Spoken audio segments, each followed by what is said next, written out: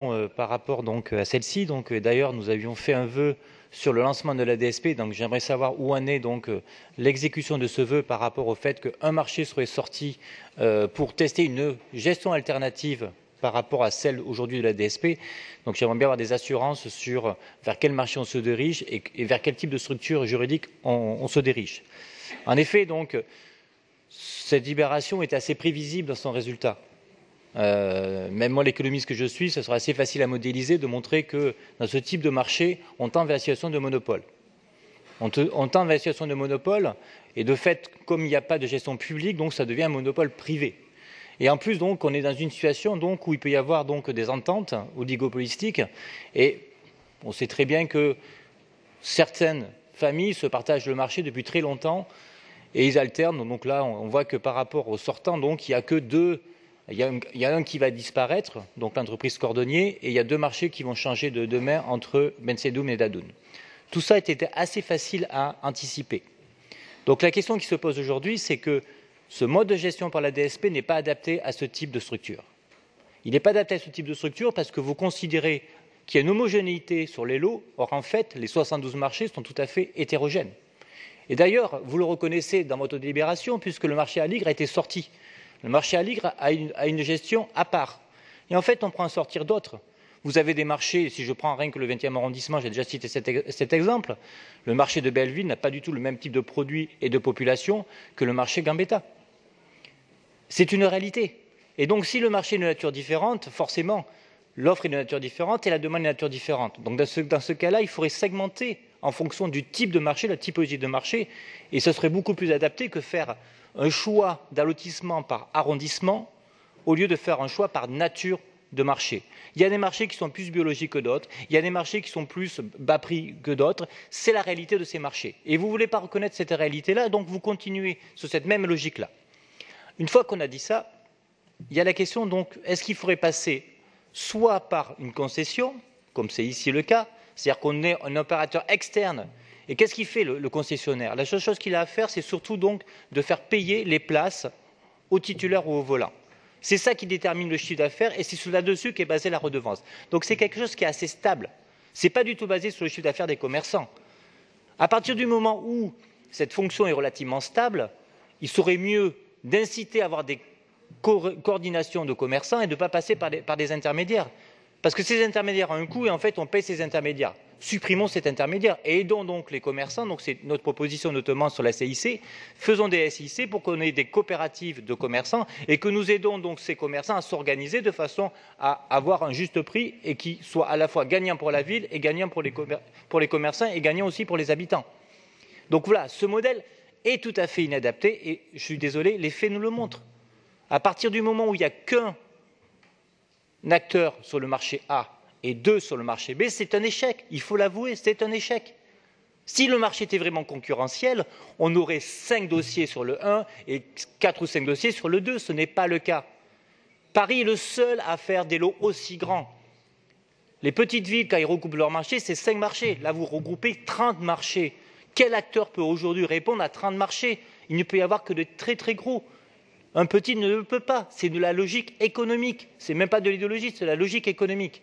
Donc à un moment, il faut avouer que c'est un échec, il faut changer de mode de gestion, tester donc un truc alternatif, par exemple sur le marché, donc avec une SIC ou autre chose, mais en tout cas, là on est dans un échec. Ou revenir en régie, parce que je suis désolé, la ville de Grenoble est revenue en régie, ou est restée en régie sur la gestion de ces marchés, donc c'est possible. Et ça permet d'avoir un contrôle beaucoup plus sûr. Et puis après, est-ce que certaines fonctions, faut-il vraiment les externaliser aux concessionnaires? Par exemple, la question de la propreté. Est-ce que, de toute façon, les services de la ville passent après? Tout le temps. Moi, je le vois bien à Belleville que le service de la ville passe. C'est pas actuellement, c'est Cordonnier qui fait pas le... Il ramasse quelques cartons, mais l'essentiel est fait par le service de la ville. Donc peut-être que on paye 2 fois le même service, ça serait mieux donc de se dire on assume, c'est la ville qui fait cette partie-là, et le concessionnaire, il se concentre uniquement à l'organisation des commerces. Et pas lui demander en plus des questions de sécurité, des questions de propreté. Donc tout ça est dans une impasse et les faits nous le montrent. Donc à un moment, il faut reconnaître ses erreurs en disant c'est un échec, on fait autre chose, et c'est pour ça que nous ne voterons pas cette délibération. Merci. Pour vous répondre, la parole à Olivier Polski. Monsieur le maire, mes chers collègues, effectivement, donc cette délibération vient clore le processus qui avait été initié ici même dans notre conseil en novembre dernier, visant à renouveler la DLSP des marchés découverts alimentaires et biologiques pour la période qui s'annonce 2020-2026. Donc, dans nos objectifs, effectivement, la ville a demandé pour cette nouvelle DSP d'aller encore plus loin sur le renforcement de l'attractivité et l'animation des marchés, parce que ça a été dit, c'est un enjeu notamment pour les marchés de semaine, puisqu'il y a notamment des évolutions de comportement des Parisiens dans leur mode de consommation. Le deuxième objectif, c'était le renforcement des missions en matière de collecte des déchets et de nettoiement, puisque c'est aussi une très grosse demande sur les très gros marchés qui fonctionnent bien. Et puis l'accentuation des actions en faveur du développement durable et de l'économie sociale et solidaire. Donc, à ce titre, d'ailleurs, la présence des producteurs en circuit court et des vendeurs de produits bio va être augmentée. Il va y avoir un renouvellement complet des structures qui abritent les commerçants pour un montant total de plus de 3 millions d'euros et des espaces de convivialité créés sur 10 marchés en lien avec les mairies d'arrondissement, ça a été évoqué. De plus, les délégataires financeront 2 études qui permettront de faire évoluer les marchés et d'améliorer leur attractivité. D'abord, une étude de fréquentation permettant à la ville d'avoir un état de la fréquentation des marchés. Et d'autre part, une étude aussi pour la conception de nouveaux stands et de barnums innovants, pratiques, esthétiques, qui nous permettra de redynamiser cette image. Ils devront mettre en outre aussi une application des marchés parisiens permettant, par exemple, aux actifs et aux personnalités à modalité réduite de pouvoir commander en ligne auprès de nos commerçants de nos marchés. Les actions de récupération des invendus et de distribution aux personnes en difficulté toucheront un nombre aussi plus important de marchés, puisque nous aurons 10 marchés supplémentaires.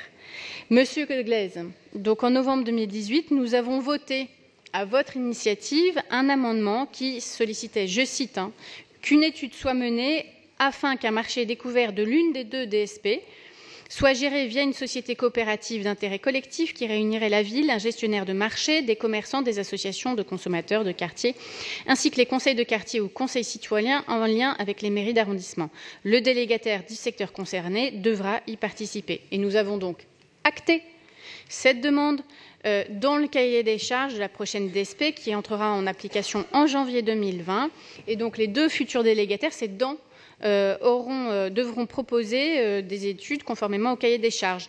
Le marché alimentaire en question n'a pas été choisi préalablement à l'étude, puisque c'est justement cette étude qui va nous permettre de définir quel est le marché le plus pertinent au regard de l'implication des commerçants, des délégataires, de l'environnement économique, de l'avis des conseils de quartier. Enfin, il y a quand même un certain nombre de données qui ne peuvent pas nous permettre de l'imposer comme ça.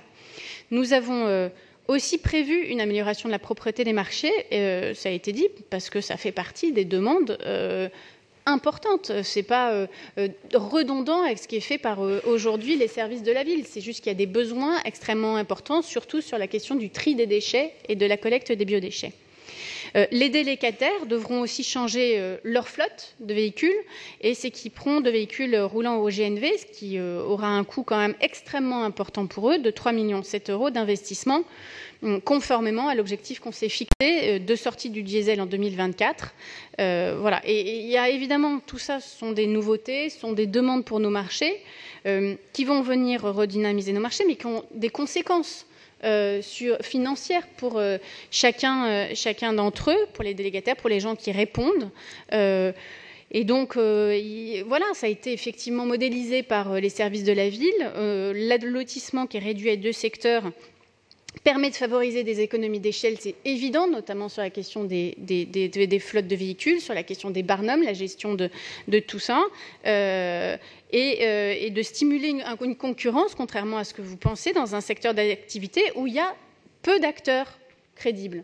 Gérer 72 marchés à Paris, on ne peut pas avoir 72 opérateurs non plus. Et quand on demande autant d'investissements à des délégataires, on n'a pas et des investissements que normalement vous devez être censés partager, enfin nos objectifs politiques en la matière. Donc il faut être cohérent, on ne peut pas tout avoir. Envisager un maintien à 3 lots aurait demandé 1,8 million d'euros supplémentaires sur la durée de la DSP. voilà, c'était pas possible dans l'état actuel des choses. Donc ça a permis, contrairement cet allotissement à 2 secteurs, une concurrence réelle entre des candidats et de nombreux investissements qu'on n'aurait pas eu si on était resté à 3 secteurs. Voilà, donc au regard des propositions qui ont été faites par les candidats, je vous propose, mais j'oubliais juste pour Monsieur de Froment, excusez-moi, il y a eu un avis favorable à la demande de la préfecture de police sur le plan qu'on leur a transmis pour votre marché Sainte-Cécile, et on est en attente maintenant de l'avis de la direction de la voirie et des déplacements sur ce plan. Voilà, une fois que l'avis sera délivré, la DAE lancera une étude de commercialité. Merci. Je mets donc aux voix le projet de délibération DAE 255. Qui vote pour? Qui vote contre? Qui s'abstient? Il est adopté.